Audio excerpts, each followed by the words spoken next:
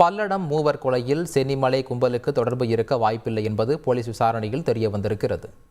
திருப்பூர் மாவட்டம் பல்லடத்தில் ஒரே குடும்பத்தைச் சேர்ந்த தெய்வ சிகாமணி, அவரது மனைவி அலமாத்தாள் மகன் செந்தில்குமார் ஆகியோர் கடந்த மாதம் 28ஆம் தேதி கொடூரமாக கொலை செய்யப்பட்டனர். இந்த சம்பவம் தொடர்பாக 14 தனிப்படைகள் அமைக்கப்பட்டு தீவிர விசாரணை நடத்தி வருகின்றனர். இந்த நிலையில் ஈரோடு மாவட்டம் சென்னிமலை பகுதியில் தனியாக இருந்த தம்பதிகள் கொலையான சம்பவத்தில் கைதான கொலையாளிகள் இந்த கொலை செய்திருக்கலாமா என்ற கோணத்தில் விசாரணை நடத்தி வந்தனர். சென்னிமலை கும்பல் கொலை செய்துவிட்டு அவர்களின் உயிர் பிரிந்த பிறகே சம்பவ இடத்தை விட்டு செல்வார்கள் என்பதும், அதேபோல கொலை நடந்த இடத்தில் எந்தவிதமான தடயங்களும் சிக்கிவிடக்கூடாது என்பதற்காக மிளகாய் பொடிகளை தூவி செல்வதுதான் அவர்களது பாணி என்பதும் விசாரணையில் தெரிய வந்திருக்கிறது. மேலும் சென்னிமலை கும்பல் சிகரெட் பயன்படுத்துவது கிடையாது என்பதால் பல்லடம் கொலையில் சென்னிமலை கும்பலுக்கு தொடர்பில்லை என தெரிய வந்துள்ளது.